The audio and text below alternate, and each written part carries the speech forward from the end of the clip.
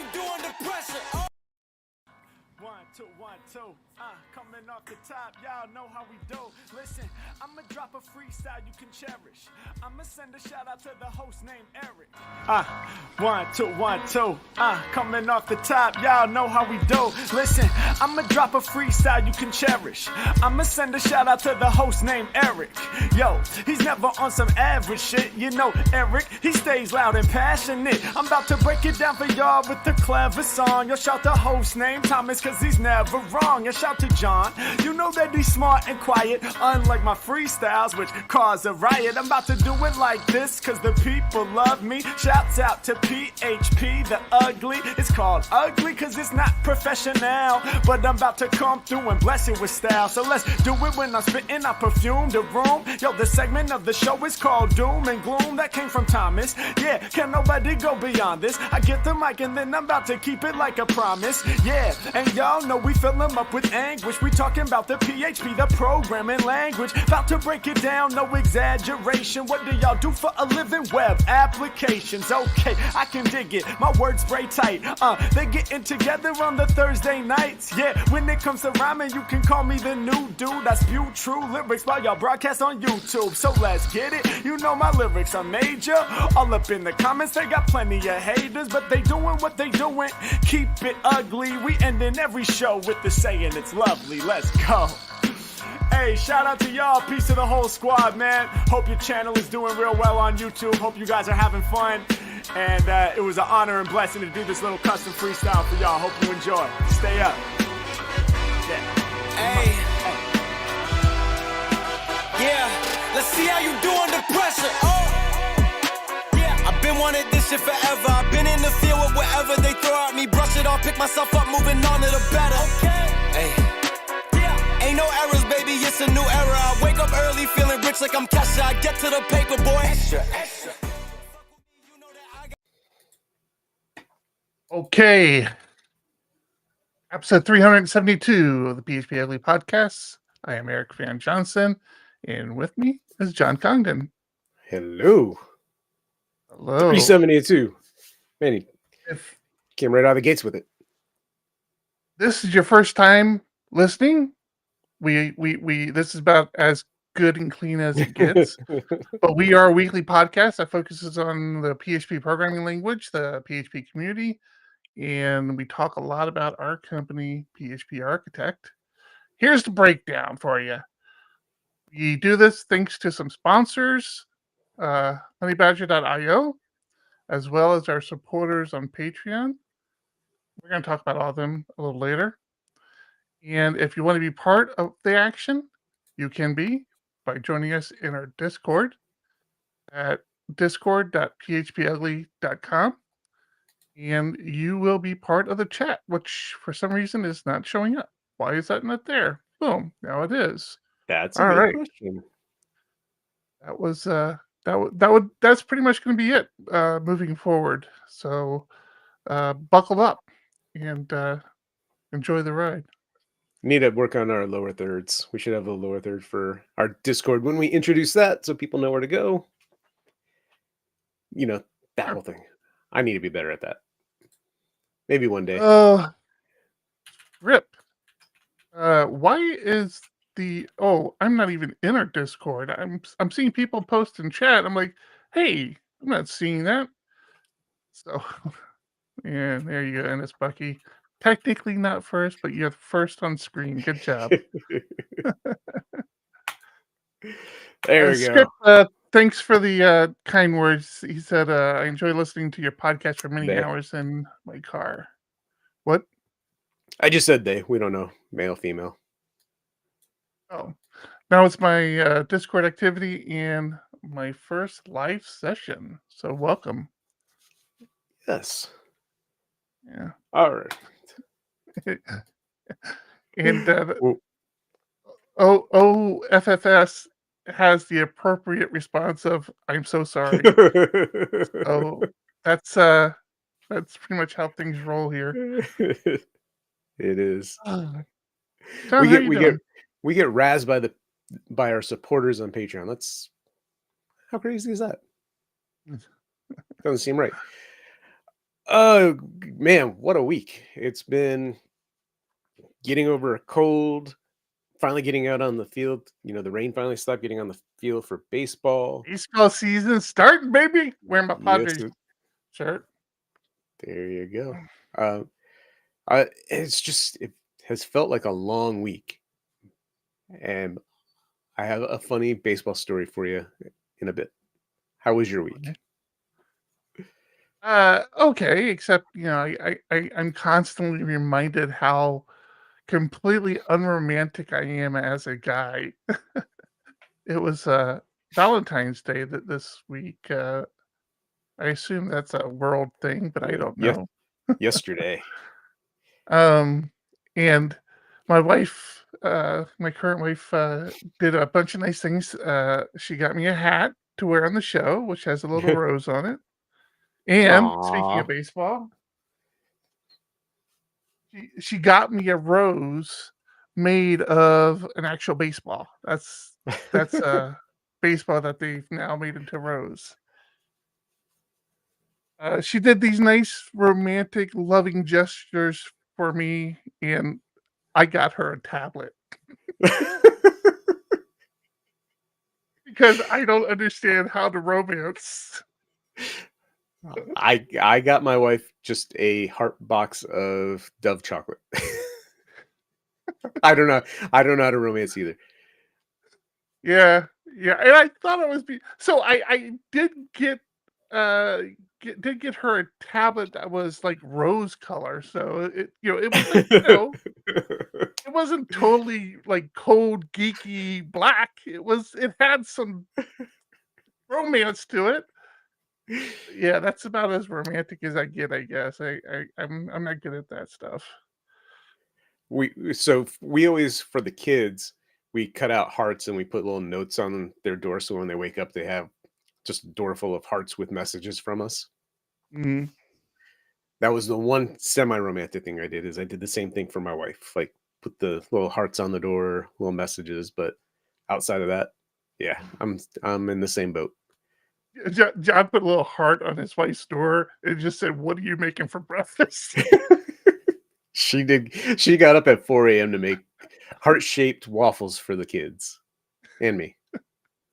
I ate them too. My parents spoiled me for Valentine's Day, and as a result, I ended up spoiling my kids. But as a kid, Valentine's Day was like I got a gift. I mean, it was only one gift, but it was like a gift, like a Christmas thing. I'd wake up, there'd be a gift for me, and I always thought that's like what Valentine's was. It was like you give people gifts, which I guess you kind of do. You love people. Tablets. We did the Oh, same thing that for our kids growing up. that's my first hearing of a tablet as a Valentine's gift. Yeah, yeah. I mean, there's more to it. If the reason why I thought it was going to be romantic, but uh, as I gave the gift, I realized it wasn't by their reaction. The thanks. So it's a Google Pixel tablet. So it's not an iPad. It's a Pixel tablet, and the reason I got that is because after the show, NorCal Kid usually video calls chats with me, and then we'll video chat with the current wife. Well, the current wife just would talk on her phone while she's working, so she has her phone and she's trying to chat. So I got her this Pixel tablet that sits on your desk, and I thought that would be romantic. Like now they can video chat. Maybe we'd video chat more as a family, and but yeah, that was pretty much. It was kind of like, oh, you got me a tablet. All right, cool, nice. This will be nice. Like, damn it. I missed the mark again. But yeah, that's pretty much. Hey man, I That code, man. that I don't. that's my last 20 years. Missed the mark Oh, again. It happens. uh, Oh, what can I all say? right. You want to hear about my fun baseball story? Hey, Absolutely, I love baseball stories. my first practice Tuesday. Get to the field nice and early. I'm trying to teach the kids. You get here early. We'll do like little batting practice before practice actually starts, and then we'll get things going. So I got there like 40 minutes early. Start setting up, putting the bases in. Can't find a couple of the posts. I'm like digging all around. And then all of a sudden, this other person shows up and tells me, "Oh, we're sharing the field because it's been so rainy. A lot of the fields were double booked." I'm like, "That's fine, I'm fine sharing. I know we all want to get out there and play." And he shows me on his phone that he's sharing a field with me. Okay.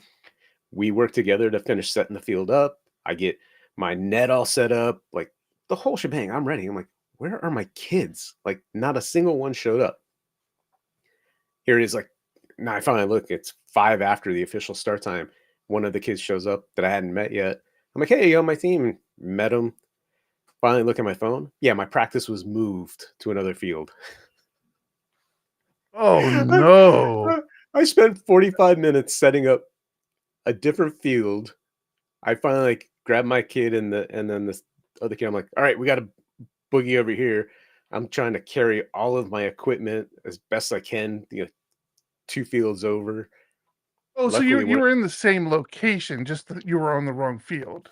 yeah, there's like 6 fields in at this one park, and Mhm. I got to go way across to another field to get there.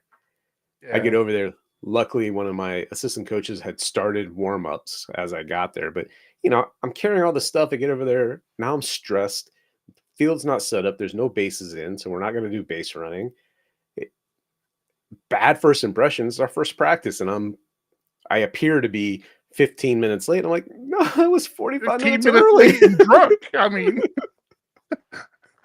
It was so bad. It was so bad. Uh, well, like I said, I mean, at least it was in the same physical location. It could have been so much worse, yeah, like being across town or something. I've made that mistake before, but yeah. Well, we do have um, like 4 different parks in the area that we could potentially be at. So you're right. At least it was in the same one. right. But I get home and I'm trying to figure out, how did I miss this? Because I know I looked I know I looked last minute to make sure I was going to the right field. And 2 things happened.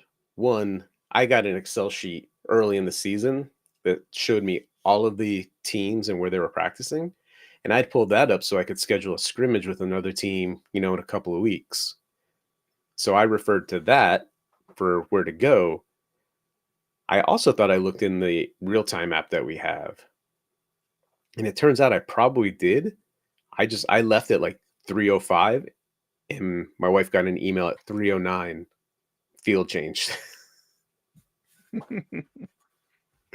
I feel so bad for the scheduler. He said he got ripped into by somebody else because he was like, "You need to call us if our fields change." He's like, "I would have had to call everybody, and I don't have like I also have my own full-time job I got to deal with." Yeah, yeah, that's rough. How was your Yeah. work week? You said you weren't feeling well. Did you do any coding? I am fighting with the Salesforce API, and I was still fighting with it prior to recording right now. And it's just driving me nuts. And we use Salesforce in other aspects, right? And the Mhm. OAuth flow has worked just fine, but I'm now working on a different task where I don't need that full OAuth flow. I have a single user that will be logging in, and I want to use the password grant.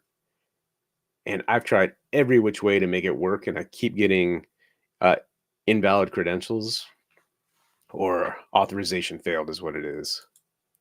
So, invalid grant and authorization failed.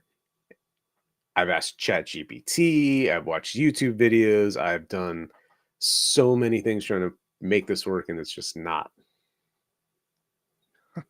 It is Yeah, that frustrating. Salesforce API can be a bear, man. Mm, Absolute bear. So yeah, I I worked with it ever so briefly back when I was in the enterprise, and I remember thinking to myself, why would anybody do this? Because the whole thing with Salesforce, and you can't, I guess, fault them for it. Is they want to pull you into their ecosystem, and they don't really want you to do other things, right? They want you to do everything within their sandbox, or I mean Right. not sandbox as in, but their playground. Yeah. So And yeah, as Bucky, it's a lot. I understand you. I've tried both with just the username and password, and the username and then the password combined with their authorization token. I've tried both, and yeah, neither one's working. Yeah. Speaking of ecosystems, um, I know you've kind of gone down the path of Apple with your iPhone and MacBook and all that good stuff. What are your Hmm. feelings on the goggles that they have now? I've excuse me. I've watched Casey Neistat and Marcus Brownlee's videos, and it intrigues me, but not for $4,000. Or right? Holy Not for smokes, man! 4,000. But watching their reactions to it, and their point being, this is first generation. It's only going to get better from here. It's like, kind of want them. I'm not gonna lie. They look dumb, but with their reactions, it seems like might it might be useful. I don't know. Yeah, I the whole thing with VR for me, yeah, I've done like VR goggles like briefly, a couple times, and I do enjoy like the immersion into whatever you're interacting with.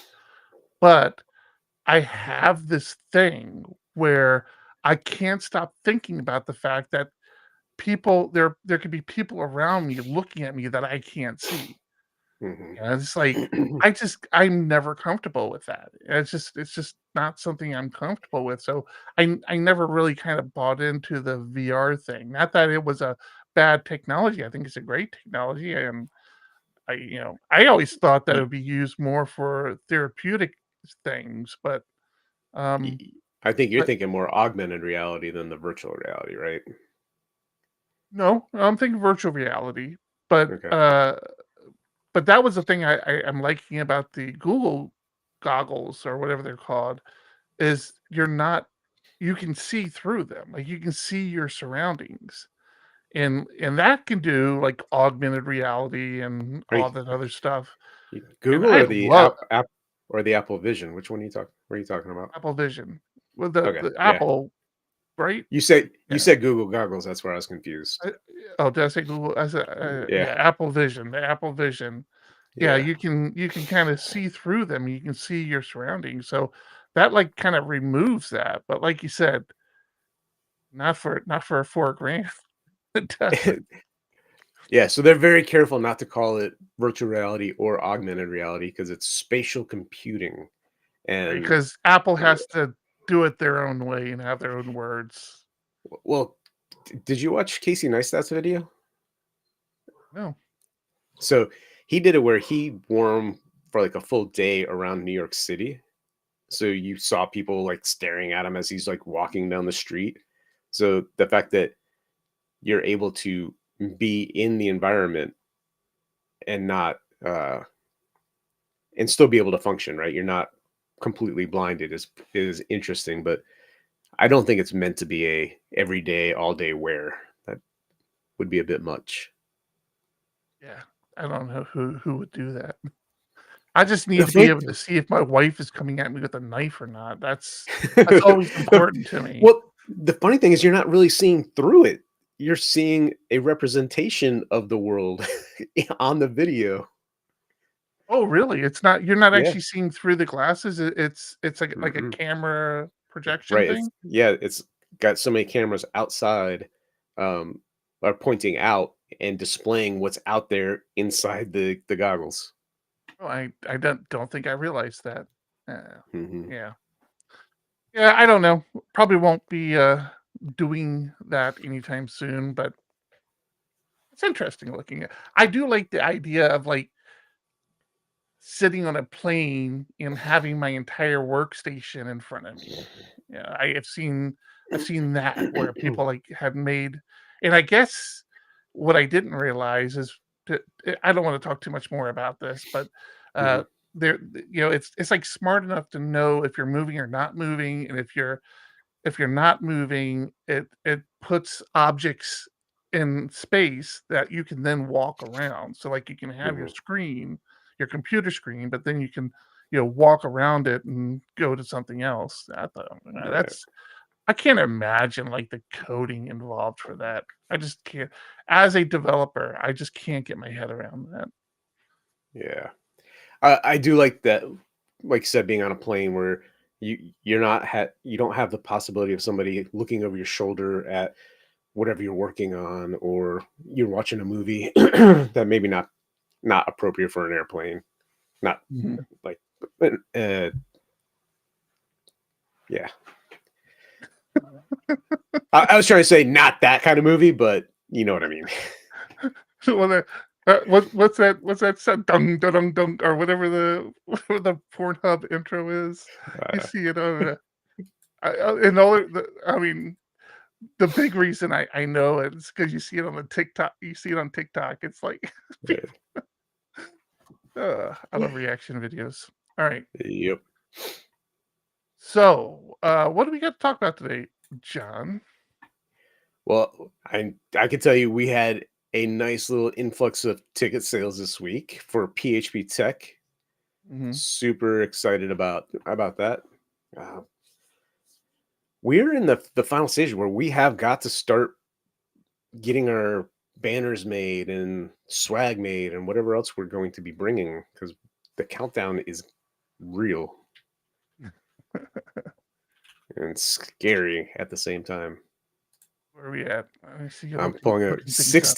67 days. Days to tech. God. Where'd they go? Weren't we just at 90? Oh my god. Yeah. Yeah. We went from it's not until next year to wait a minute. What? It's happening when? Yeah. Yeah. That's about our focus. Yep, that's coming up real quick. Really Oh no, excited about the speakers. PHPUgly listener discount code. I forgot we had that. Oh yeah. Scan your QR code now and see what that gets you. Honestly, I forget what it I was. was like, I don't even know. I don't even want to put a number out there because I don't even know what it is. Because it's probably going to be wrong. Uh, yeah, if you're going, let us know in Discord, like that you're going to be there. And if you're not, let us know why. Like, is it purely travel costs? Can't get time off of work. Work won't send you. Yep, What let is it? us know. Um, Speaking of tech, we've been doing some work to the PHP tech.tv site.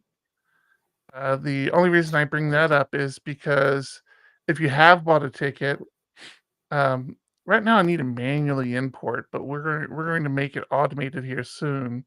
But if you Mhm. have bought a ticket, you didn't have a ticket last year, you can actually log in and see last year's talks. So buying a ticket to the conference gets you access to phptech.tv as well as you can view all the previous conferences, which right now is just 2023 is all we have on there. Mhm. So yeah, I need to do another import. We just deployed those updates a couple days ago, and I just need to do another import, especially with all the ticket sales we've had over the last few days. I'm like, wow, that was a lot of tickets, which is I'm not complaining, but that was a lot of Mhm. tickets. I need to get my import going. I need to get my local phptech.tv site working, which as of right now, it's just getting the database working. I just haven't taking the time. Leaving in the middle of the day to go to the wrong field for a baseball practice doesn't help in taking the time to do that. But Yeah. I want to get that webhook done so we can have the automated import as people buy tickets automatically added to the site. Right. So you heading out of town next week? Is that what I heard? Or is that something we don't talk about? Or No, we can.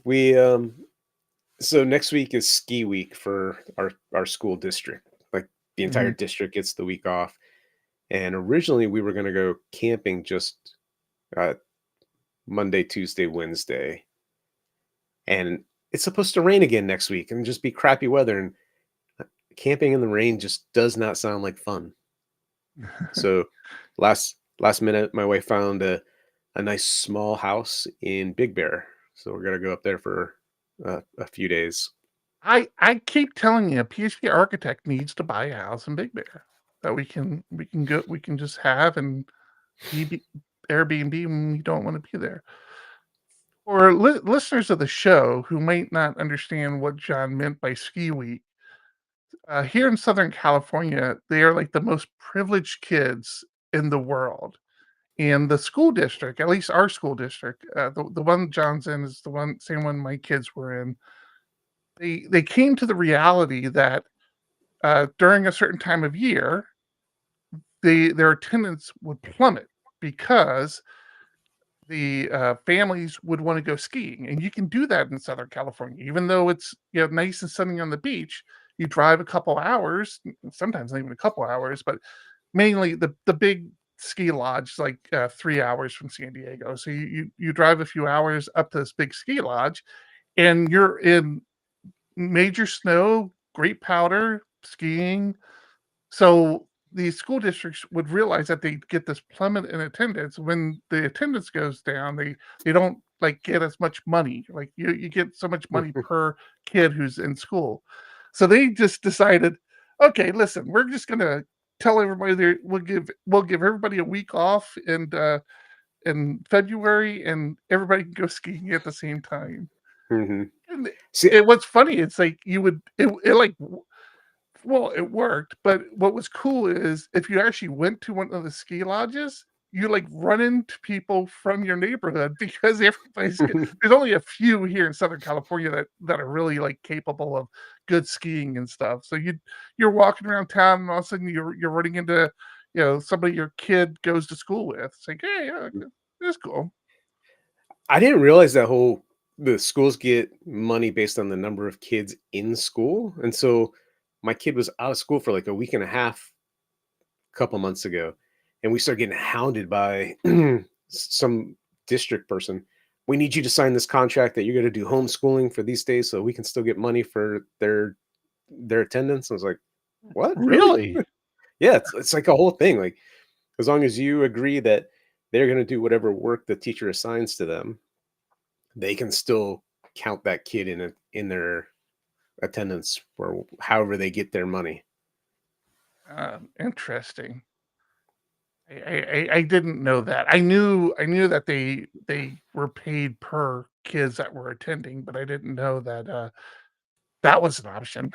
Well, I didn't realize it was down to number of kids per day. I assumed it was number of kids enrolled in the school, right? Not like where they fretted if they were out for more than 2 or 3 days. Yeah. Like I don't know what their cutoff is, but for some reason my kid was sick for like 2 weeks in a row. See, money. Way to work the work. Way to work and get yourself and a coworker a full week of tech, huh? That's Nice. awesome.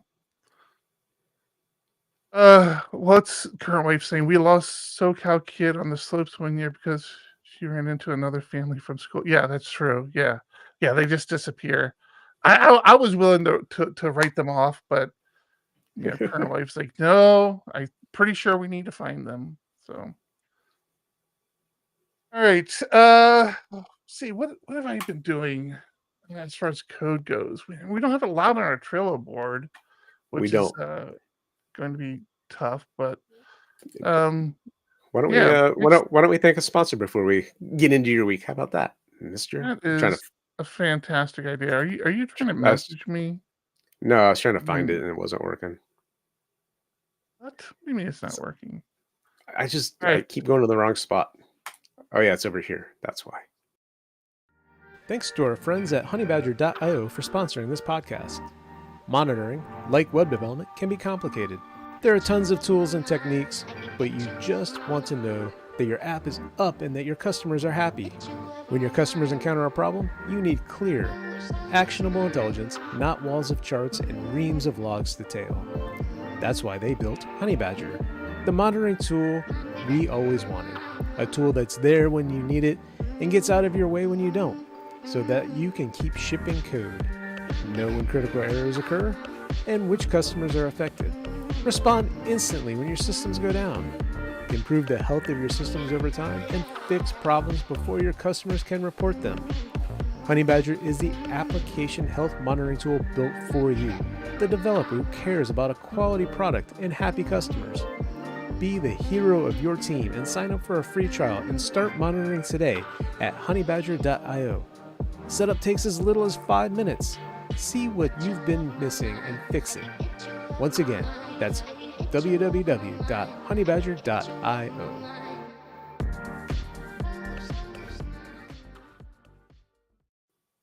Thank you, Honey Yeah, Honey Badger. Badger. So a funny thing happened. I do What's that? love being in the PHP community, but like if you're in the community long enough, you kind of like feel like you've met everybody. And I'm like quickly approaching that. Not that it's a bad thing. I enjoy it, but Mike Page in our Discord started working for us, and he's working on a project. And yeah, I was explaining to them or trying to explain to them. First thing, this is when I really like start to realize how bad I am at my job is when I try to explain things to other people. But I was trying to explain to them the benefits of value objects, right? And why we're using them and how you use them. And so I went and found a website. I'm like, hey, this website has a pretty good write up on value objects. And uh, he's reading it and I'm reading it and I'm looking at who wrote it, right? And I'm like, Wendell, this name seems familiar. I feel like I know this person. I wonder if they're talking at Tech. So I go to the Tech website. I'm like, no, no, they're not talking at Tech. And I check out their avatar here on their about page. I'm like, yeah, no, I totally know this person. They had just submitted. They just did like last month. They were like the feature article in PHP Architect magazine. And so I messaged him. I'm like, hey, dude, how about this article? Like, do an article on value objects, man. This is a great blog post. I haven't heard back from him. I think he's ghosted me. I must have upset him or something, but yeah. That makes sense. Makes a lot of sense. Yeah, that's Here, I love that. It's like when I run into people I know, even if it's virtually. I went ahead and added that to the show notes. Yeah, I was just getting there. Gotcha. Yeah. Value object. Actually reading his I think it was reading his article on value objects. I checked a few links, but I realized I was actually doing but I was doing my constructor wrong because I've been using value objects in previous projects. And honestly, I didn't really think much about it, but I've been making the variables public. And I guess you don't do that. The variables are supposed to be private because if they're public, then somebody can change the value later So in the so code. yes and no. The new way with PHP 8 is make them public read only. Oh, you're right. Oh, you know what? I think that's what I did. Yeah. Yeah. I forgot about that. Yeah. Yeah. So nowadays with the public read only, you don't have to have getters for everything, right? You can just access it. You know what's in the value object. it's supposed to be immutable by design. You're supposed to create it and you're done. Nothing changes. So it's a read-only class, or all of your properties are read-only, and you're good to go. Okay. Not that I'm going to check to see how I did it now, but I'm going to check. I did make them read only. Look at that. Yeah. Oh, that's great. Yeah, I guess I should have. Well, actually, they're not on. Oh, maybe they will be on. So they're developing a package, and a package that people can install. That's an interesting thought.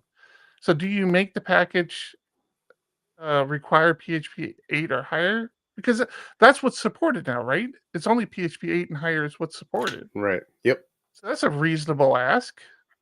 It is. Or you make it use rector, and then you can have a version that will work for lower, for PHP 7. Oh. Have you ever done that? I have not. So we I use need to get my head around I that. so I work with somebody who uses rector a lot, and he's written custom rector rules, and he would be really good at that. But it's, we've used it to go up in versions, but I know you can use it to go down in versions, because there's a great PHP Architect magazine that has a whole article based on that. Yep. Yep. Yeah, that was a good one. Yes. Mhm. If you're not familiar with what rector is, like John said, if you know what Laravel shift is, it's kind of like that, but for everything, for all PHP, not just Laravel applications. And yeah, I've read some great articles on it, and I just haven't had the time to try to actually do it. So it's daunting because it's so powerful, and if you try to run it against your code base, especially if an existing big code base, it's too much information. So it really is one of those things where you got to start at level 0 and baby step your way up, and make rector happy with your code before you. Oh no, I'm thinking PHP stand. Never mind. Scratch that. I am on the wrong library. See, I haven't really done a whole lot with rector. That's helpful. Yeah. Yeah. I should take the opportunity to do this, because I do remember either we had an article in PHP Architect, or somebody did a talk at Tech last year about using rector to create multiple supported versions of like a package, which is exactly what we're doing. Yeah. So, It was the PHP magazine issue. It's really a downgrade. It's really a And downgrade. I think was the title of it. Yeah, that makes sense.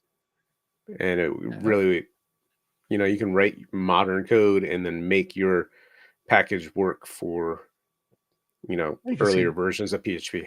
Yep. Yeah. What month was that? I'm not sure. I want to say like September 2021. I thought you had it open. I would have looked if you didn't have it open. Nah. I do have like having the database handy. So Yeah. yeah. Rector. So speaking of the magazine, are we doing are attendees for Tech getting their year digital like last year? I haven't talked to my business partner about that yet. Yeah, here he's an asshole. Yeah. Yeah, that'll be fun. But if you are a supporter on our Patreon and you're doing a level of $5 or higher, you get your a magazine subscriber. I had somebody ask what they have to do if they're a subscriber, and what they have to do to log in. What is that workflow? Do they just go in and do a password reset, or do they get an email? Password reset. Okay, so they just go in and do a password reset, and they don't get any sort of notification welcoming to PHP Architect. I don't know. I don't think so. That'd be smart, Yeah. but no. I didn't think so either. I think because we did it like the mass of them, like live on the show, and we talked about it. I don't think I did Yeah. anything beyond that. Yeah. So I did find it. It was September 2021, but it's really an upgrade, not really a downgrade. 2021. Yep. Wow. I didn't realize it was that old. Hmm. Cool. All right. You know what? I'm gonna try to set something up. You keep talking. Just ignore me. You just go through your Trello cards. So just like I normal. think You know what I forgot to do pretty is much. move over PHP Tech. If you are coming to PHP Tech, I just sent out an email asking everyone to um, download. It's not even a download. Use the progressive web app on tech.phparch.com and start starring the talks you want to go to, because that's going to help Eric and I determine what rooms some of the talks are in. So they might get moved a little bit. Yeah. Don't forget to do that. Yeah, we got good feedback already. There's already been quite a few people that have done it. Just prior to going on air, I saw a friend of the show, Ben Ramsey, talking about Laravel. Hope you sharing something. I'm getting ready to. All right. I feel bad. We've got so many friends in the community that have been looking for work. And his point was he's been looking for 3 months trying to find something, which is scary. But it doesn't help that the tech industry has had so many layoffs, so there's so many people looking. But he pointed to a blog post about why Laravel could see a huge rise in adoption in 2024. And he's pointing out that he forget what he said. Basically, they're not really paying for high-end developers for some of these jobs. They're not like some of the other languages that are out there, which are paying a little bit more, which surprises me with how big PHP is. But I don't know if it's just because there's so many PHP developers that people are finding cheaper, or how that's working. Well, it's that quintessential issue that we've had with PHP in general for such a long time, is that the barrier of entry is so low to actually create an application from using PHP, or if you want to use a framework using something like Laravel. Like, you don't have to have a computer science degree to understand the principles around the Laravel framework. And so you start piece things together pretty quickly, and you get in these situations where you have companies who don't have developers as managers realizing, oh, this person says they have Laravel experience and they're willing to work for half as much as this person is. So I'm just going to hire this person because when I talk to them, they say things to me like eloquent and facade, and it sounds like they know what they're talking about. So I'm going to go ahead and hire them.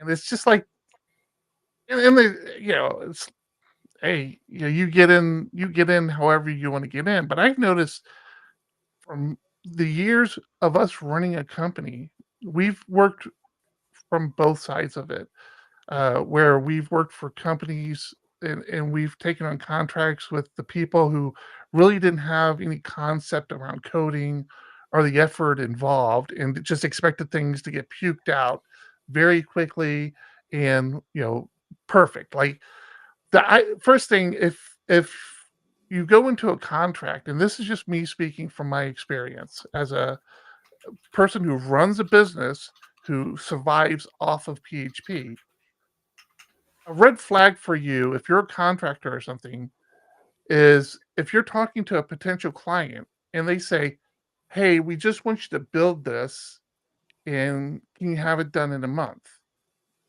Even if you think you can have it done in a month, which is fine, but chances are is if they're saying something so generic like that, they haven't really scoped the project correctly, first off.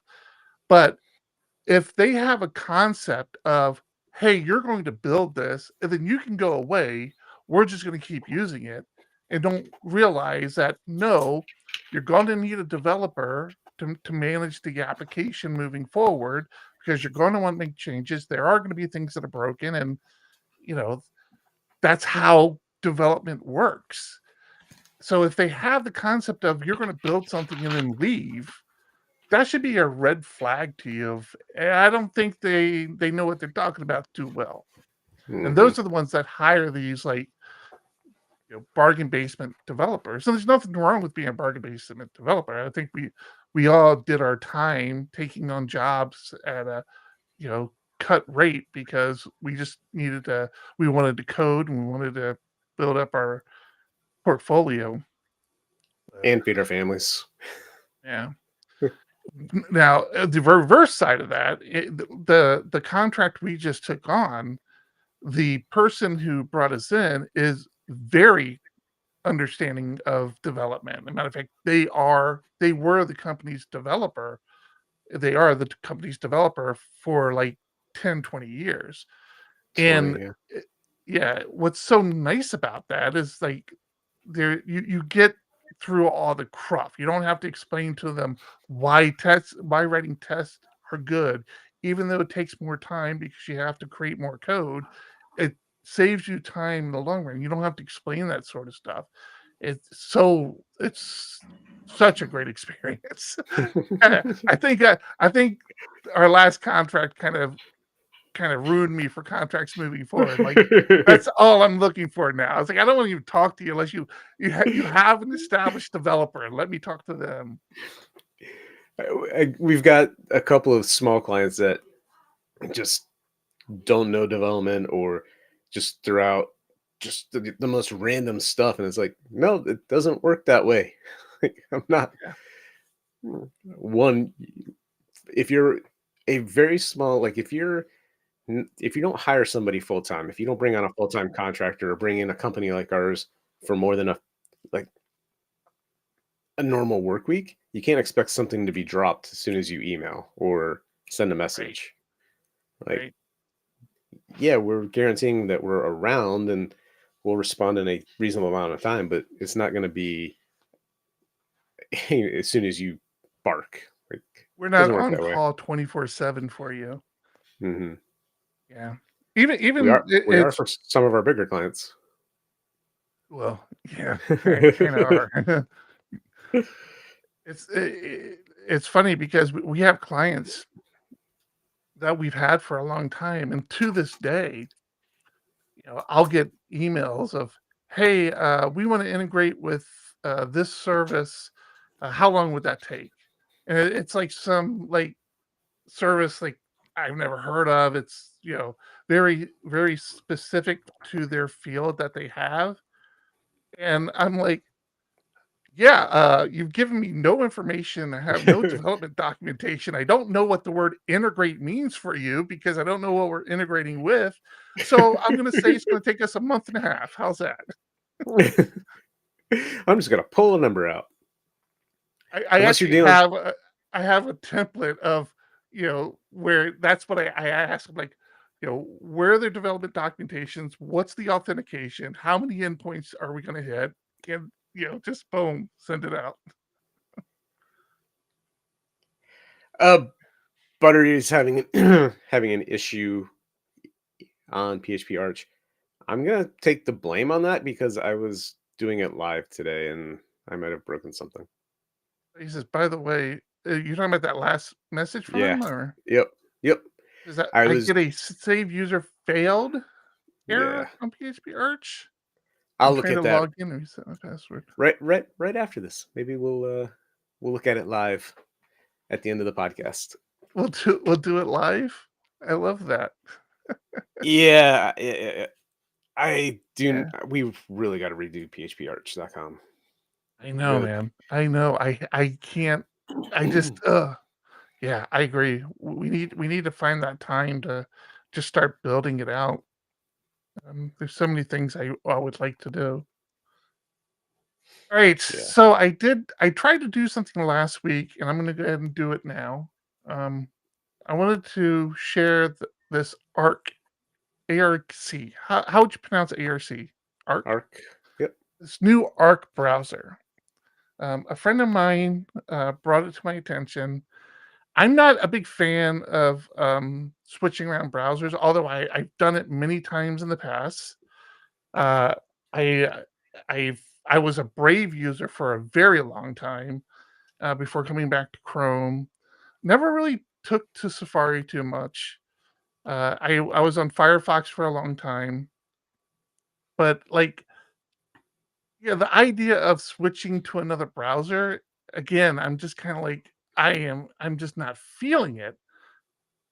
I'm kind of changing my opinion a little bit. Like I'm seeing a lot of benefit to this Arc browser, but it's very specific to me and how I do things. So this is the Arc browser that I'm sharing. Can you see my mouse? Okay, you can see the mouse. Yep. Cool. Yep.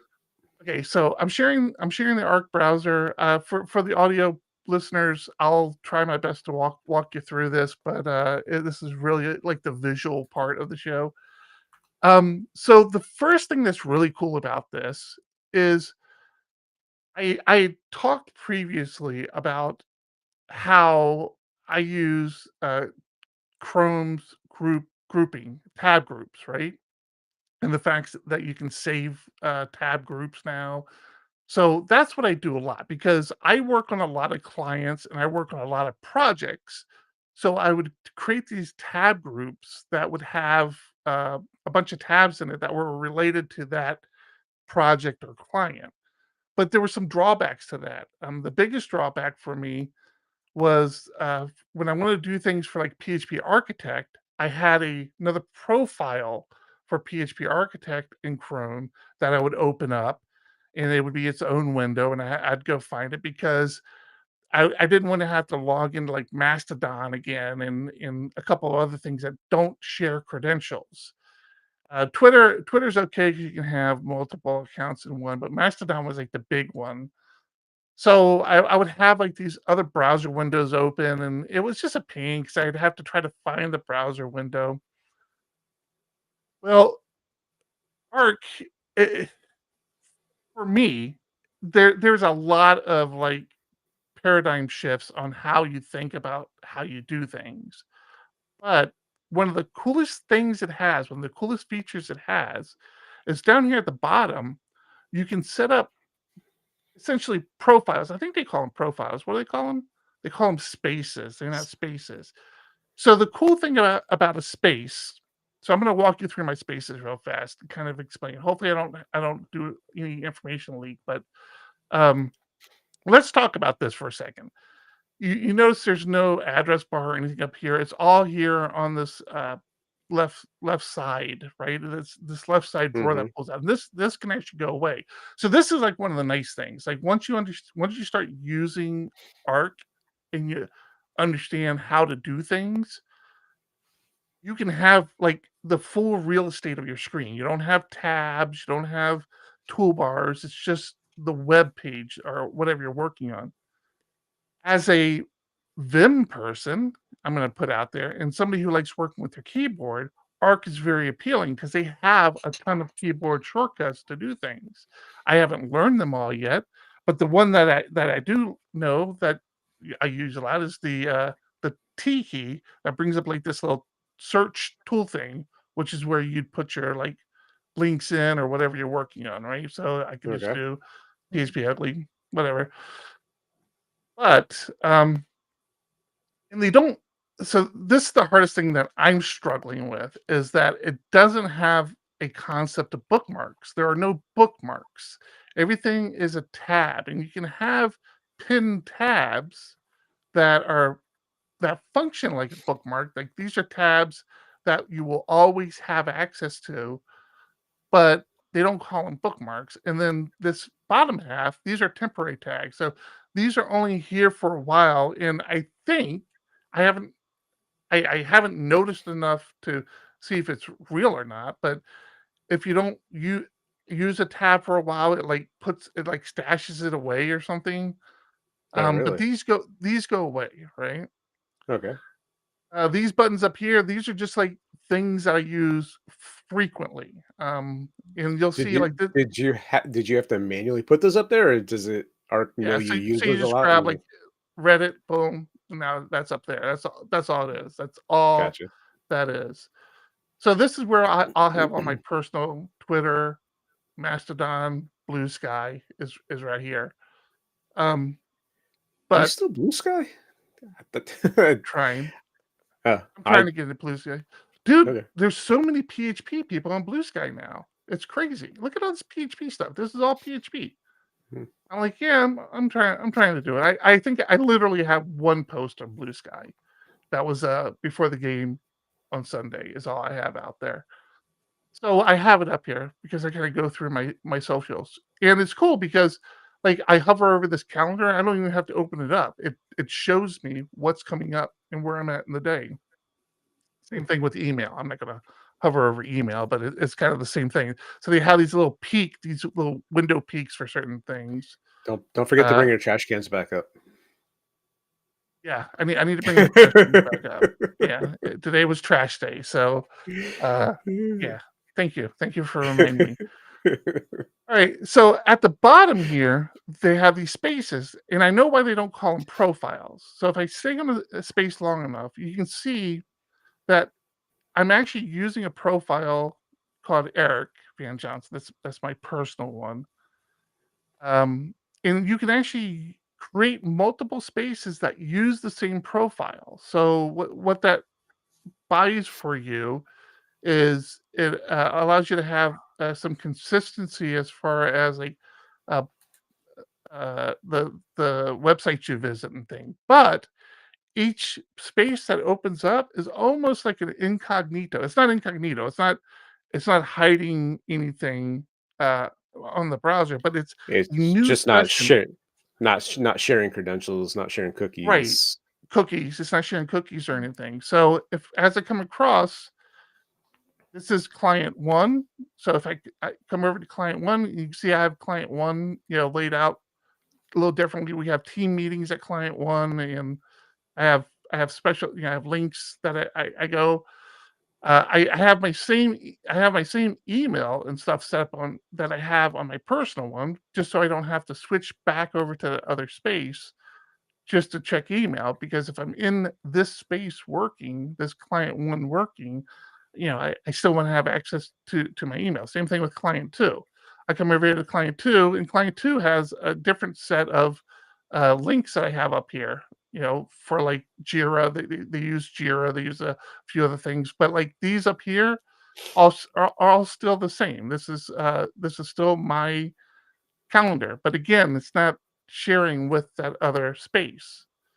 So I'm creating these spaces based on like projects, and I have a PHP architect. So PHP architect is when it really starts to get handy, right? Because now when I click on Mastodon, I'm on the PHP architect Mastodon. If I click on Twitter, I'm on the PHP architect Twitter, and I can stay in those spaces and those tabs without losing anything, which is really nice. Of course, I have a PHP architect one, same thing. I have my Mastodon, I have my Twitter, it's all right here, you know, everything's here. And Scale is a perfect example. That's actually this last space.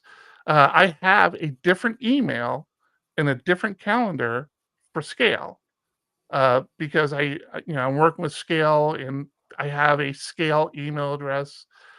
I have access to their Twitter. I have access to their Mastodon. So I just open up this Scale space, Hmm. and I'm already logged into everything. It's really, really that piece of it is really nice.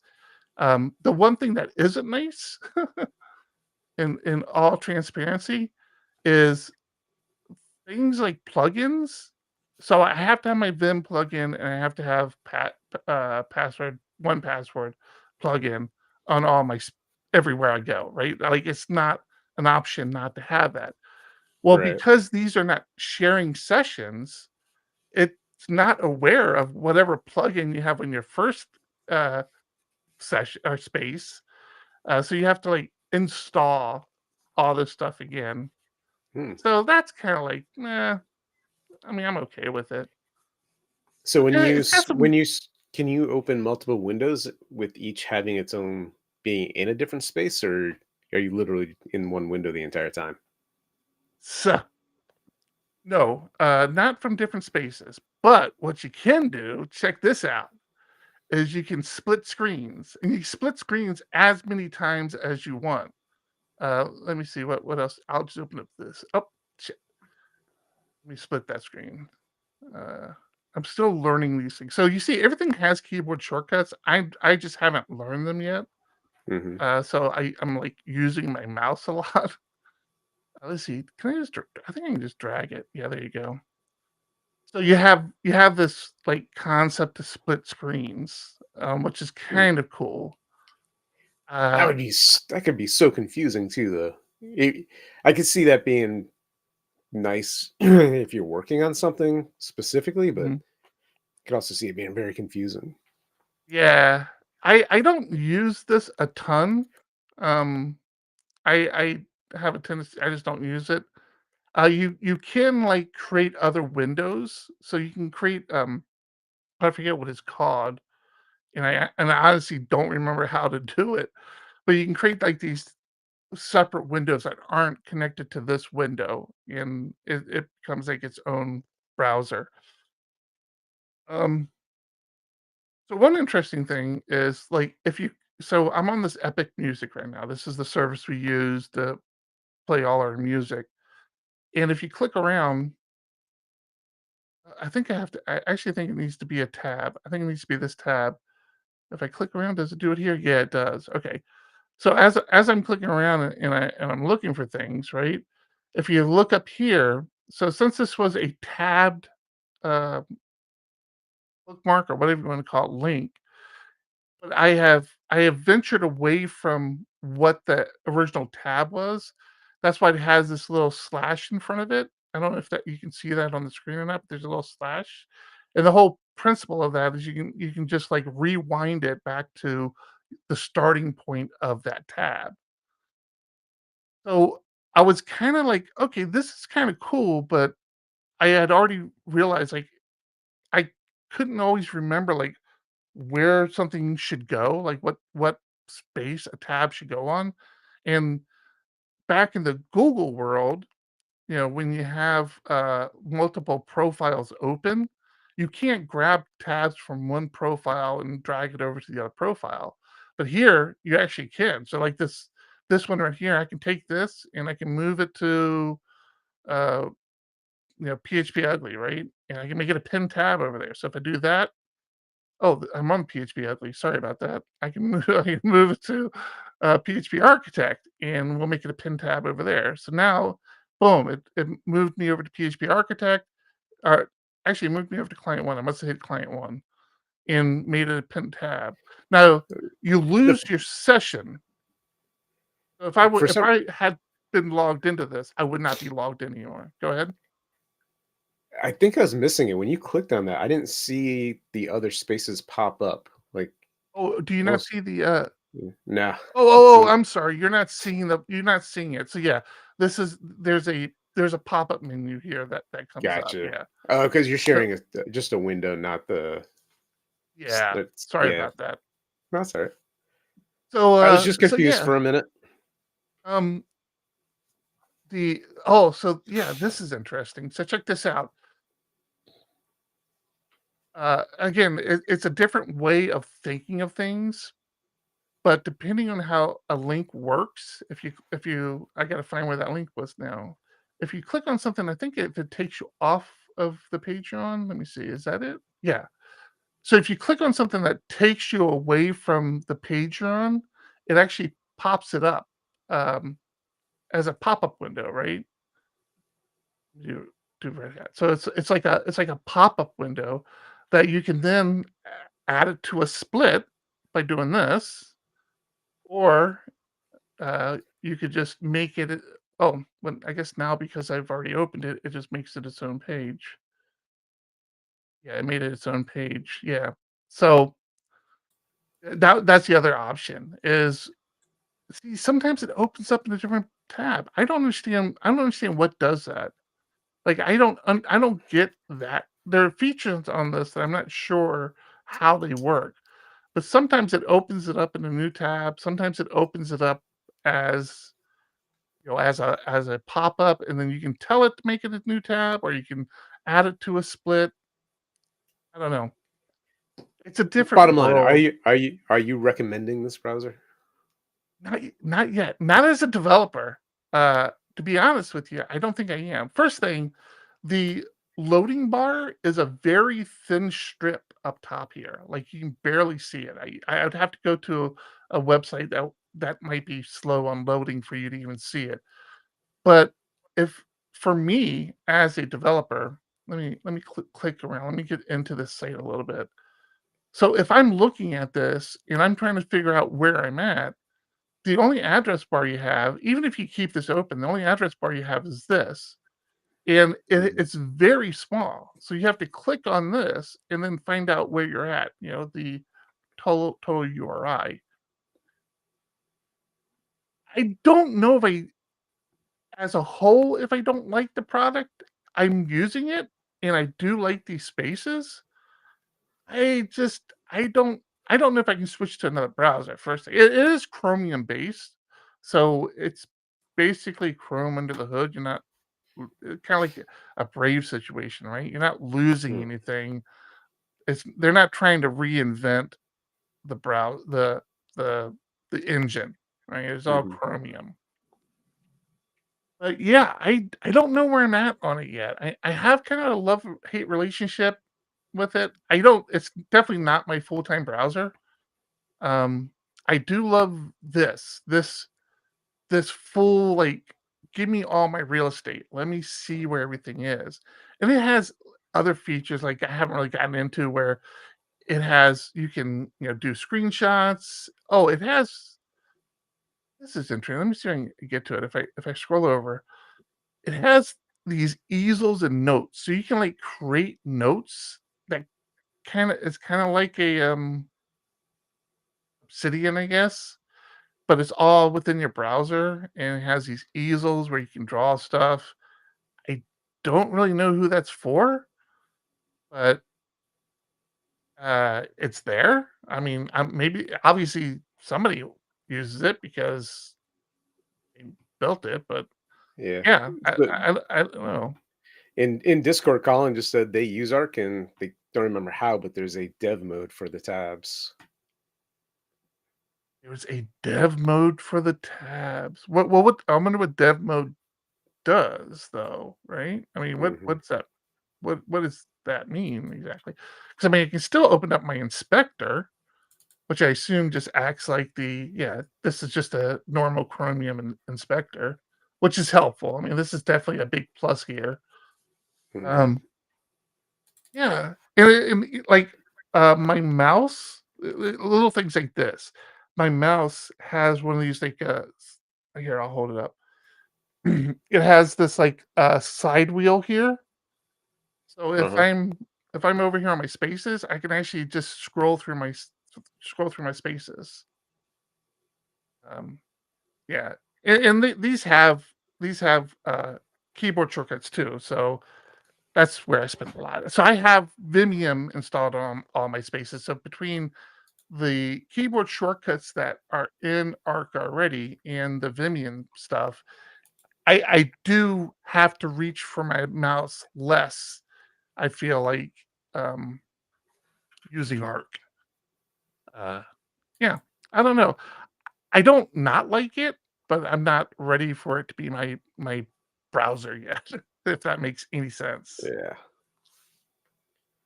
The good thing is, as developers, again, it's using Chromium, so we don't. It's not like an IE6 Firefox Chrome day back in the day where you were trying to like get your website to look the same across all these platforms. That's a plus. Um, yeah, I don't know, man. Well, It's different. I look forward to hearing your continued experience with it. I It just would be downloaded it. interesting. I don't know if I'm gonna pick it up or not based on that final review. Right when I was asking if you recommended it, I hit download, and then you're like, I don't know. I'm like, ah, crap. I mean, I would recommend it for you. I wouldn't like have like my mom or sister switch over to it because it would just be too much. But I think us as people in the field, it doesn't hurt to see what's out there. Yeah. Yeah. All right. Let me we're running a little long. Mhm. I do want to make sure I let our Patreon supporters know how much we appreciate them. We Thank have you, a new everyone. We have a new Patreon supporter that I didn't get a chance to update the screens this week, but I'll try to get you on next week. Um, yeah, I'll get Speaking you of on next week. speaking of next week, we're gonna have to figure something out. My schedule is pretty busy, but I also have baseball practice at 4 o'clock, which means I gotta leave here right around when we normally start.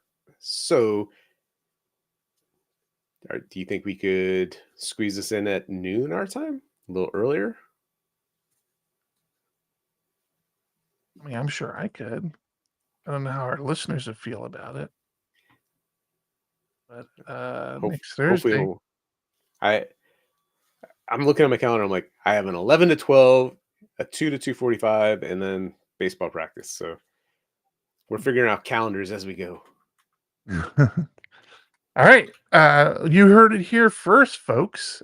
Next week we will be broadcasting at 12 o'clock our time, PST time. So, um, yeah, set your clocks appropriately, I guess.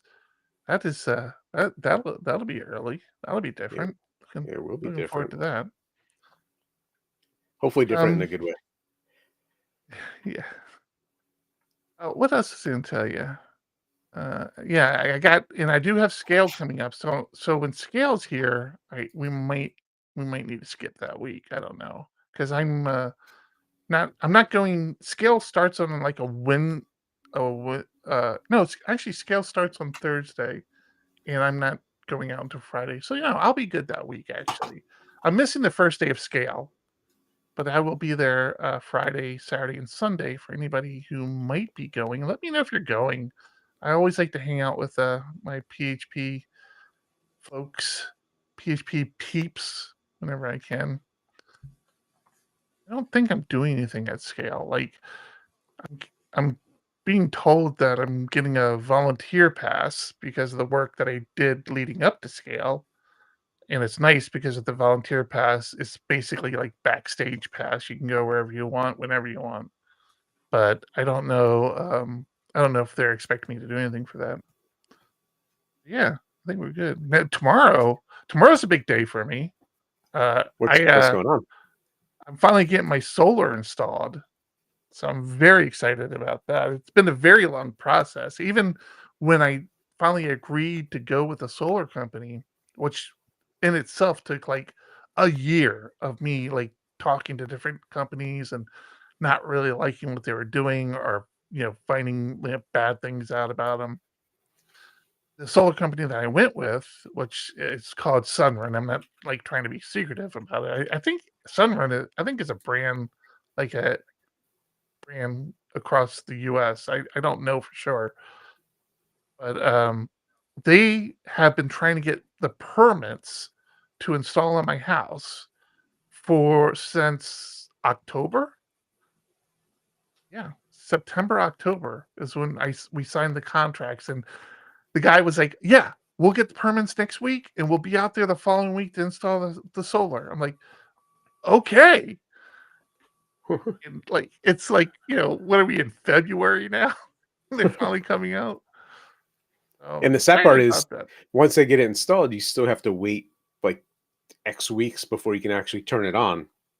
Yeah, They yeah, install it, and then it's got I to know come out and that. be inspected. And They're in no rush to come out and inspect those things. When I had solar installed at my previous place, I think it took like a month and a half because like the electric company, like they don't want anybody to sign off on it. Like the longer they can not have you you know use it, the better. And this is even so the house I was previously, I purchased the solar, and it was just solar. It was solar that fed directly into the house, and in theory, If it was feeding more than I was using, it was feeding back to the city grid. And what was supposed to happen is you were supposed to get credits for that. The problem I had with it, I always had with it, was the system I had, there was no way they weren't monitoring what I was sending back to the grid. So Really? like, yeah. So like the electric company would be like, yeah, here's your $4 for the electricity you sent back to the grid, you know? And it's like, wait, man, I'm pretty like we were like out of the house for 3 weeks this year where no electricity was being used at the house. You're trying to tell me that's all I sent back? So I take it you do see what you send back to the city? Yeah, nothing. Very You little. don't send anything.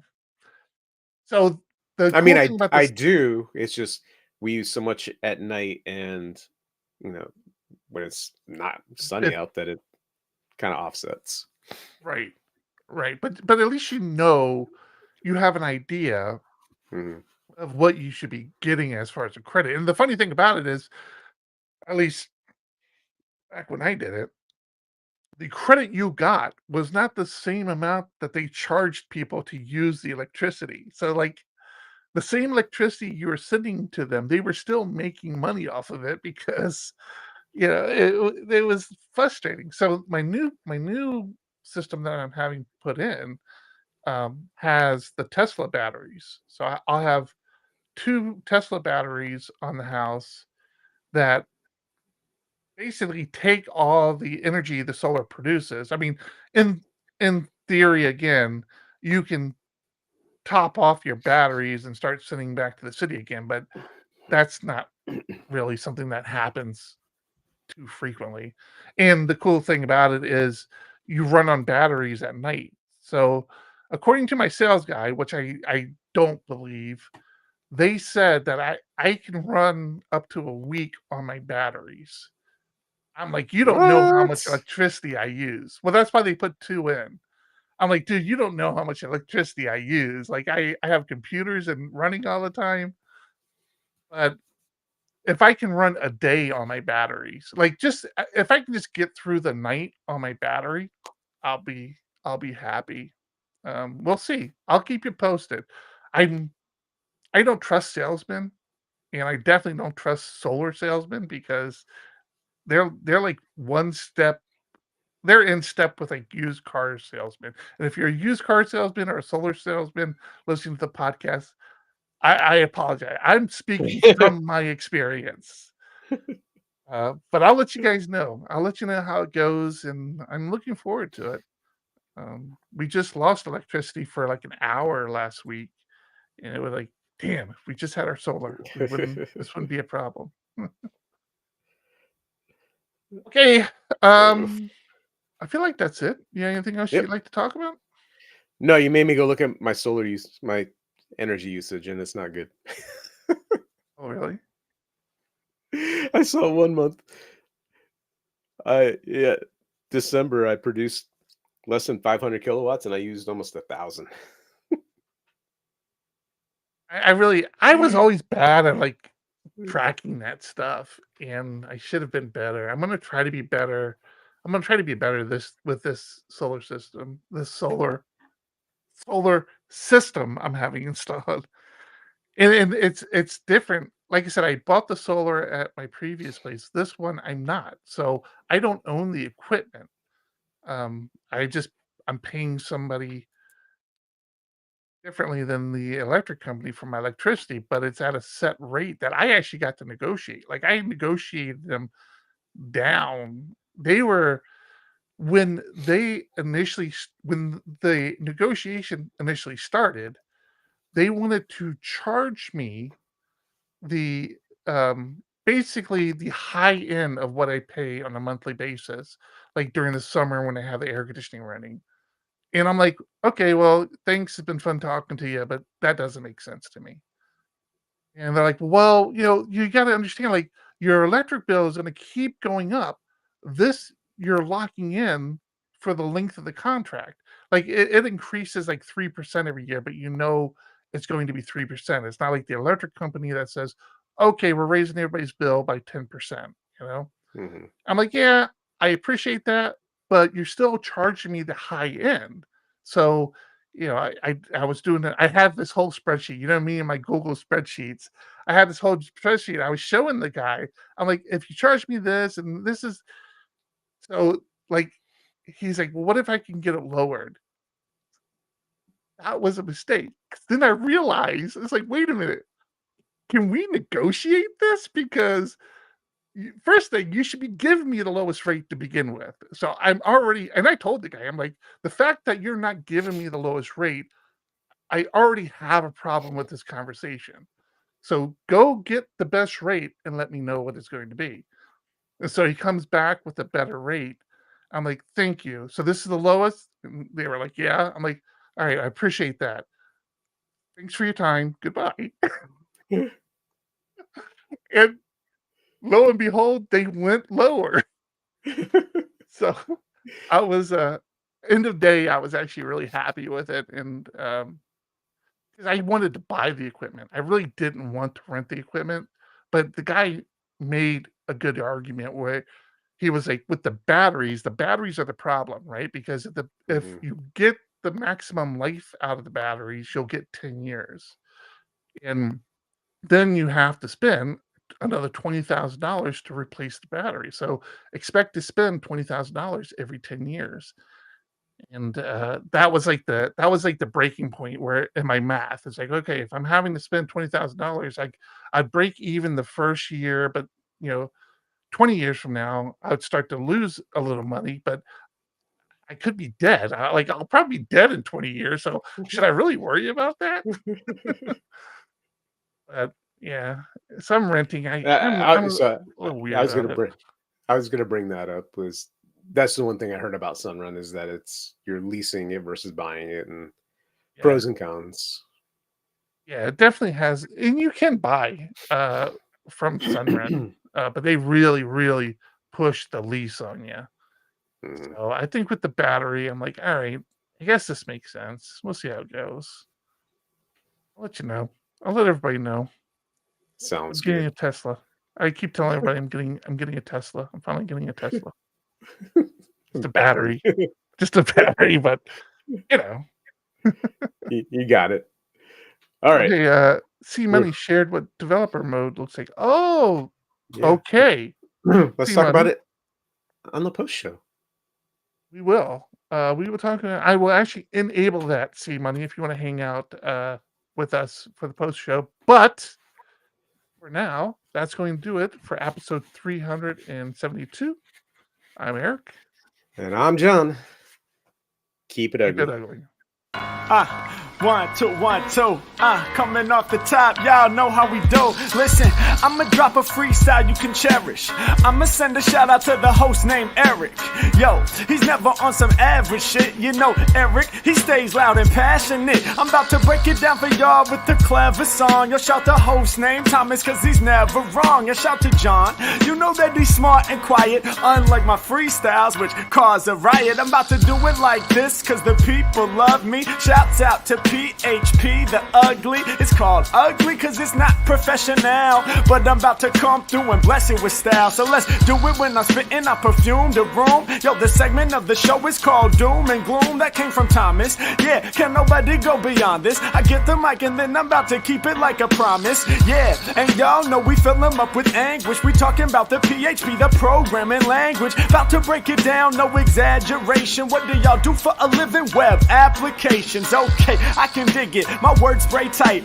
They getting together on the Thursday nights. Yeah, when it comes to rhyming, you can call me the new dude. I spew true lyrics while y'all broadcast on YouTube. So let's get it. You know my lyrics are major. All up in the comments, they got plenty of haters, but they doing what they doing. Keep it ugly. We ending every show with the saying it's lovely. Let's go. Hey, shout out to y'all. Peace to the whole squad, man. Hope your channel is doing real well on YouTube. Hope you guys are having fun. And it was an honor and blessing to do this little custom freestyle for y'all. Hope you enjoy. Stay up.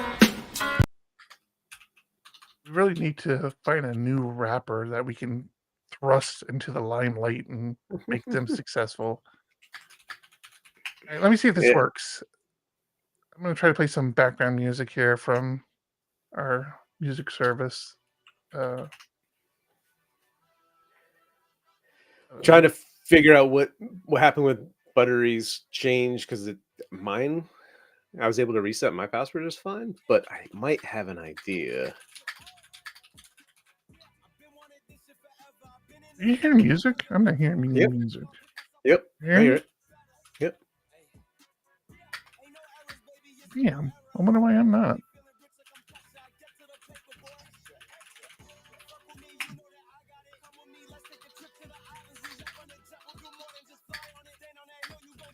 Here, I don't know why I'm not hearing it, but I'll take it. Workout Kid says they hear nothing. What are you playing? Just from that service we have. I mean, I'm hearing it. I paused. I just not paused. Did it pause? Yep. Oh, okay. Yeah. I don't know why I'm not hearing it. But whatever. If I switch it, I don't hear it at all. That's weird. Okay. So let me set up this developer mode. You're playing. It's from that service because it's. I mean, it's not clean. It's got explicit lyrics. Oh, I have another one that I think should have clean lyrics. Not that I care, but I know, but yeah, nobody. Depending on your preference. See, let me see if I hear it when I go over here. if I delete this, now I come back over. If you're hanging out with us now, the show's over. We're just kind of hang out talking, and I'm doing stuff live on PHP Architect. This is how we roll. Password reset for me. I'm going to C-Money. I'm going to enable that here in a second. I do appreciate you sharing that with me. Let me put these in here. I want to see if I can hear any of this. Are you hearing music again? Yep. Damn it, why can't I hear music? Alright, well. I think that one pressure song is not clean, but variations of clean and not clean music here. Let me, you do that. I'm going to go to my Arc browser. I'm going to share this with you guys. Buttery, I don't know what happened because it's working for me. So my computer. So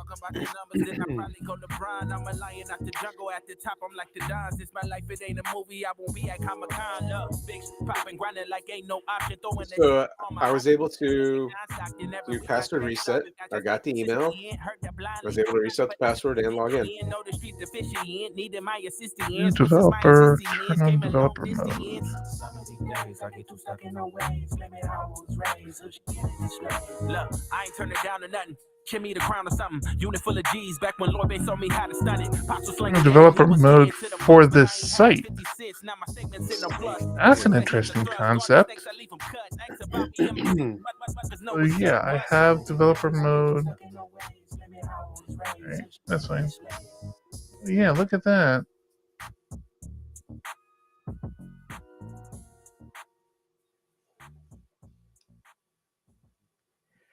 This is handy, but I take it if I go to another site, does it go away? What if I just go to PHPUgly.com? It does. I don't know if I like that or not. I might like that. She might be good.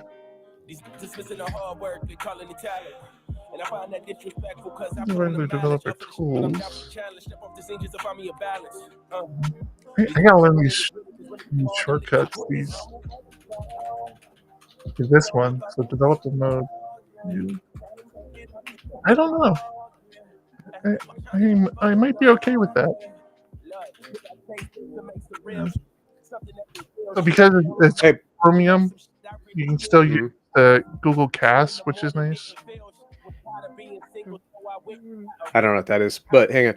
Butter, if you're still here, can you try logging in again? It's still going to be broken. I just want to. I'm watching logs. Here's something I didn't show you. Check this out. The music's a tiny bit loud. If you're able to, should be lower able it a to little take care of that. Yeah.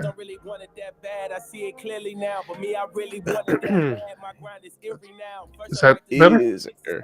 No. No? That didn't do it? No. Everything. All right. We're gonna...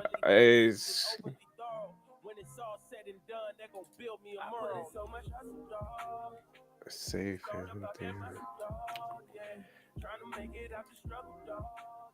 It's gonna lower everything. Yeah. Should I just turn it off? I mean, it's fun. It's just a little bit on the loud side. So check this out. This is like I would consider to be kind of a cool feature. So if you're watching a YouTube video and let's say you go to another tab, go to PHPUgly, it pops out the video. So the video, I think the video follows you. We don't see it. Oh, you don't see the pop out. Look at that. Let me put it back on this tab. So it creates a small pop out window when you navigate away from it. What I don't know is does that pop up window stay across spaces? If I go to another, it does. So the little YouTube pop up window actually follows you around to different spaces. That's kind of cool, I guess. I would share my screen, but I can't share a partial screen, so. All right, let me go.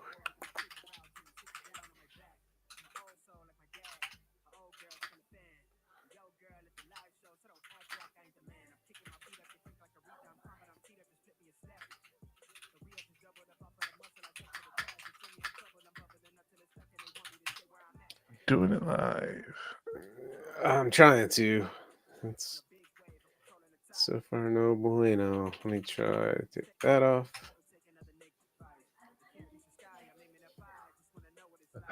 Buttery. What time would 12 o'clock be for you, Buttery? Buttery, just because you are who you are, I actually have a clock that's on Japan time. Just so when we do these things, I can see how much it inconveniences you. Yeah, that would be early for you, right, Buttery? Wouldn't that be 5 a.m.?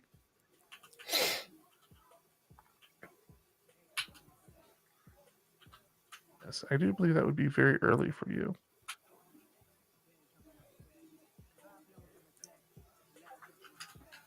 Yeah, 5 a.m. Yeah. Well.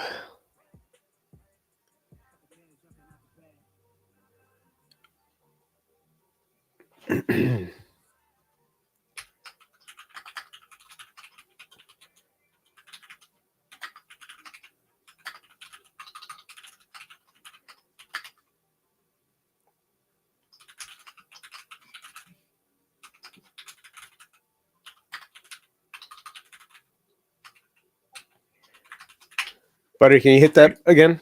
I'm still watching the logs, and I added more logging so I can try and figure this out.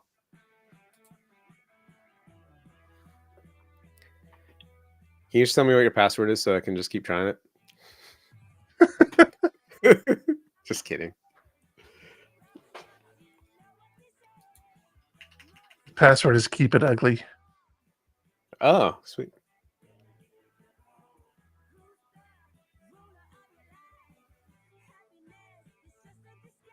Why did that not Is this give something me- you can share your screen with, or Nah. okay. This value is required, but it's not telling me what value. Let me try it this way. Right. Let me see if we have any show title suggestions so we can. I think I have a There thumbnail creator. value. It's saying something was required, but I didn't get it, and I don't know what that is. So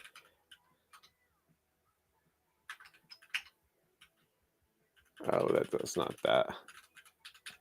We have none. Nope. All right, try again.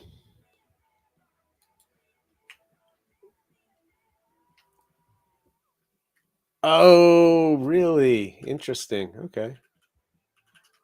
I got you. I don't know why it thinks you need that, but I can. I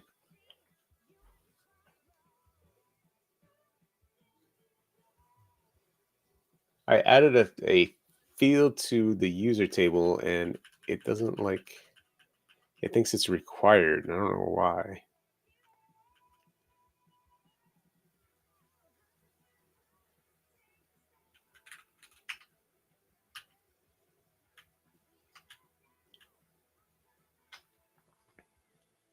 Discord really needs a collapse feature. I can't.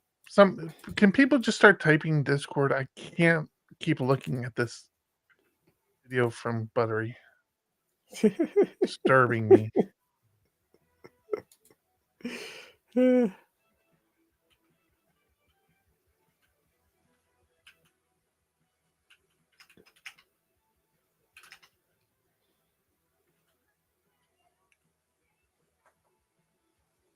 Rector. You put Rector in show notes, right?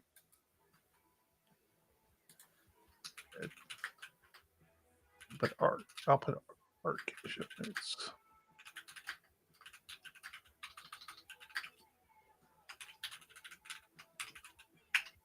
PH. Let's see. We'll call the show PHPUgly Arc.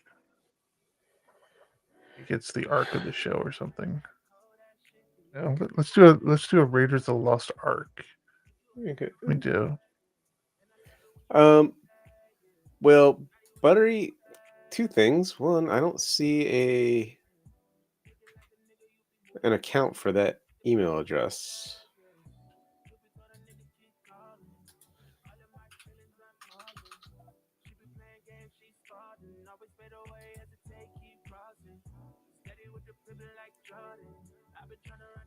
WordPress. Yeah, let's delete that. We're dealing with code that we've acquired.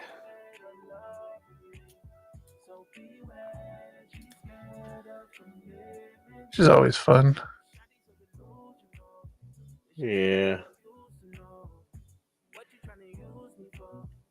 So That's just bad because code. We just don't know our way around it. it's And the old, people. it's very old code. Is it just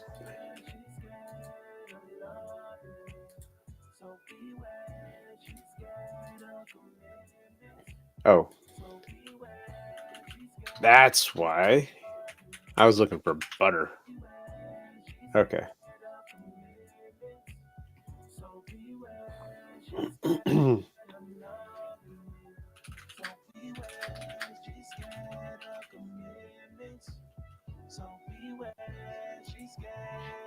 Yeah, you're fine. You're logging in correctly. I've got something functified now happening, right? And I think I might be narrowing in on it.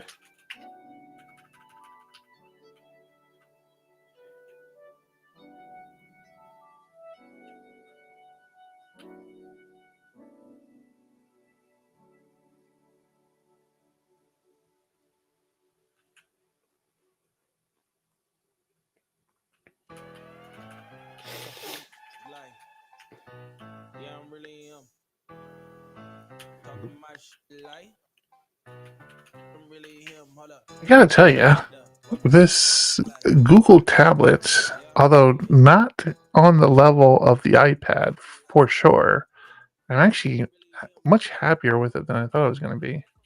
Yeah.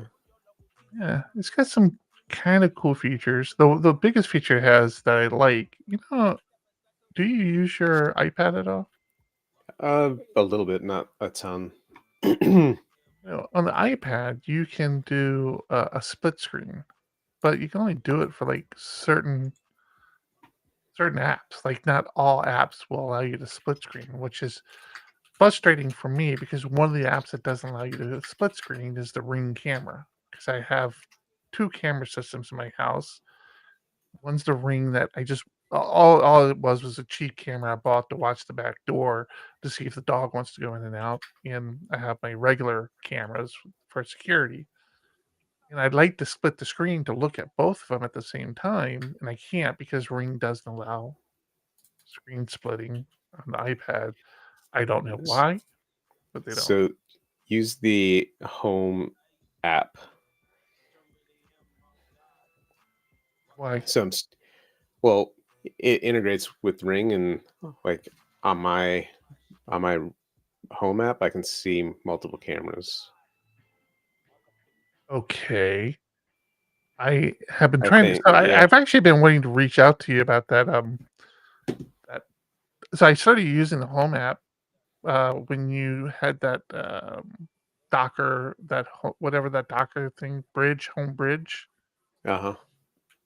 and I'm just not obviously not using it correctly because Oh, either am I by any stretch. I need you to explain to me. I don't even have any of my cameras on my Home app. So I see it goes through here. I wish I could share, but I'm not. I don't. With the age of this stuff. Oh, Apple frustrates me. I don't have any QR code to scan. Give me another option.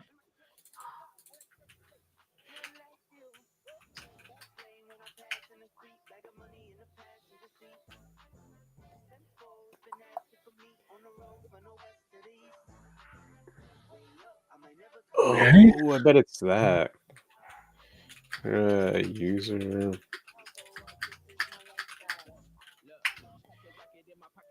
This code is old. It still has SVN on here, so I constantly have to do a grep-v with that.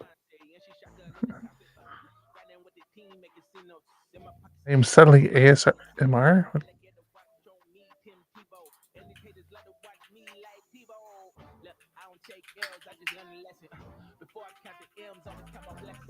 Okay. There.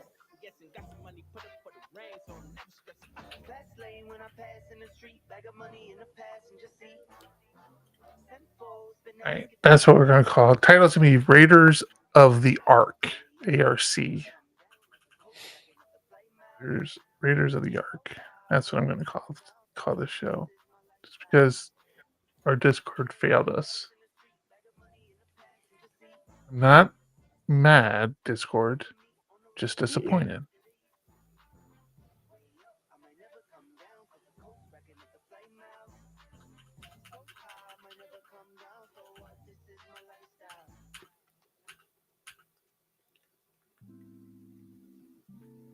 Okay, so I think that part's working.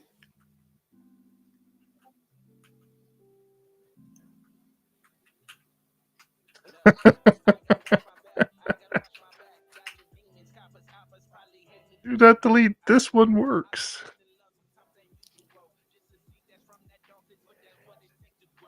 Um.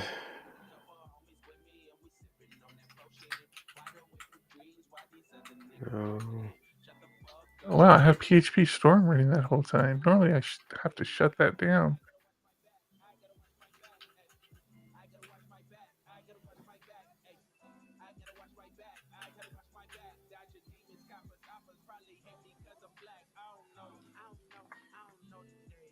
I can't hear the music.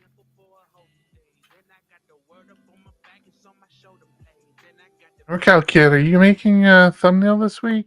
Raiders of the Ark, not of the Lost Ark. I understand that's the name of the movie, Raiders of the Lost Ark, but it would just be Raiders of the Ark because short titles.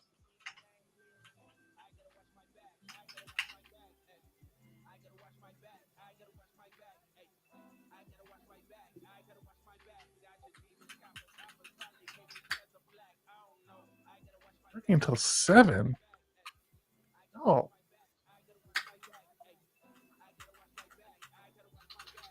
prioritize things.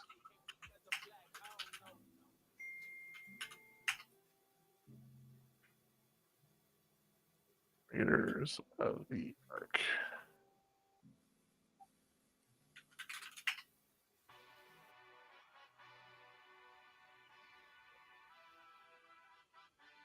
I know we have Mike working for us who's just outside London in the UK. And like whenever I wake up early, like I used to I'd wake up at like 4 o'clock and I knew I had like 4 hours before I had to put my mind in the mode of thinking to talk to people. And I keep forgetting I can reach out to Mike to see how their day is going. And when I think about it, I'm like, no, it's too early for that. Like my head, it just won't let me do it. I do have to get better at that.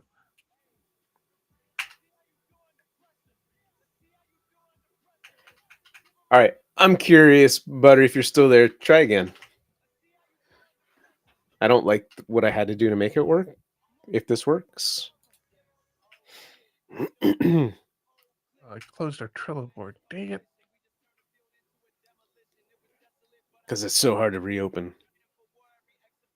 Okay. Looked like it worked for you. Can I open a Trello board on a different? All right. Who wants to know how I fixed it? So I do.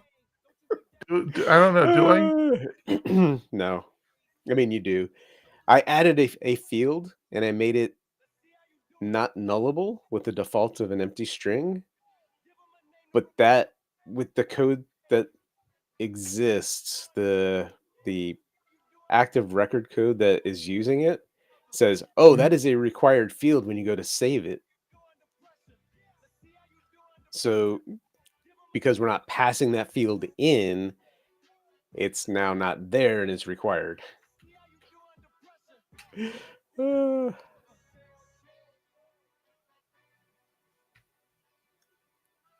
does that keep going off? I don't know.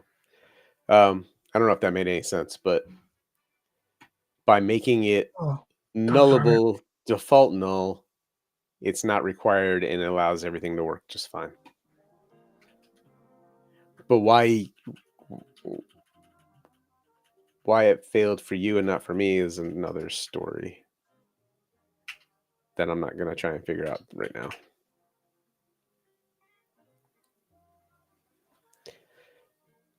Buttery, thank you for helping me debug that live. Appreciate you.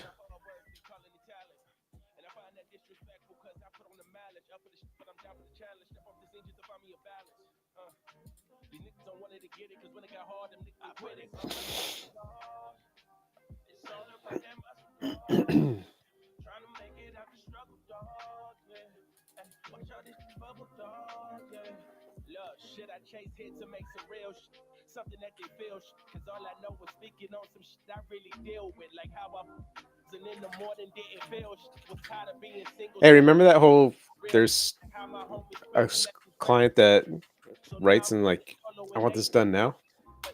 Yeah, it's happening. Yeah, it's happening right now. Our team is.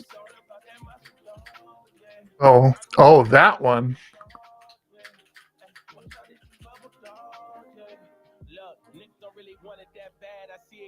Oh yeah. That's not the one I thought.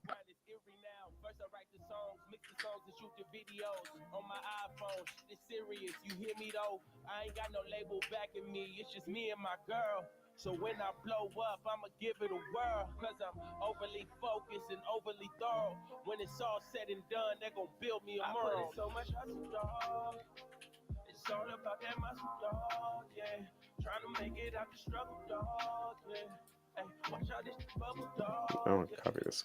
Copy that. Much hustle, dog. It's all about that muscle, dog. Yeah, trying to make it out the struggle, dog. Yeah, hey, watch out this bubble, dog. Yeah. No, Buttery. We have had cross time zone employees before. It was the other direction. We had one in the Philippines. Our design group is actually in Australia that we work very closely with for things. That feels different to me. I don't know. I don't know why. Yeah. I don't know why I'm struggling getting my head around Mike's schedule because Sam.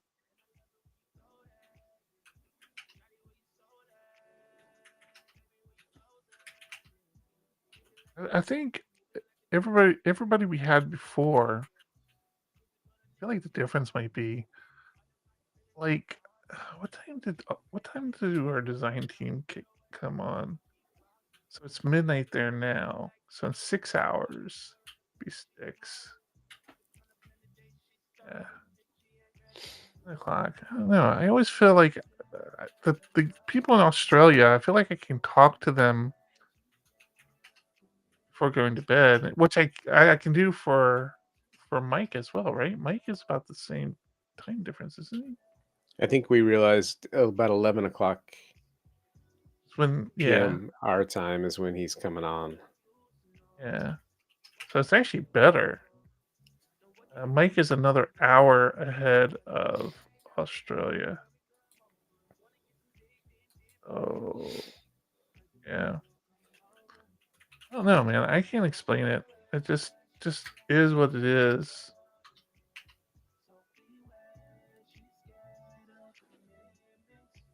Yeah, man, is it 12 noon there or 12? What time is it there now? It's 12.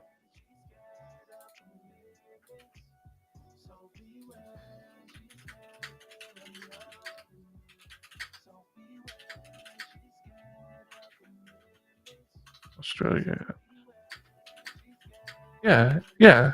It's 12. It's noon in Australia right now. So that's it. Yeah. That's what I remember. I can work with our Australia design group at the end of my day. Get a lot accomplished. But Mike, like he won't start his day until 11 p.m. my time.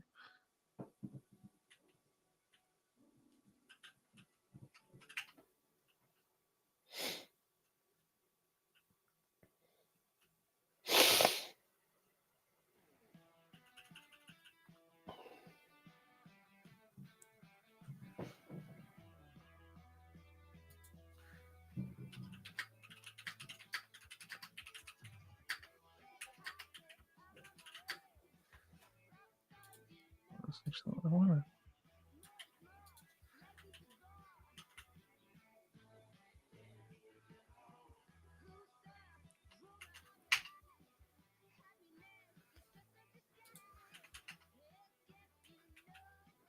I might have to wrap up here in a second. Fine with me.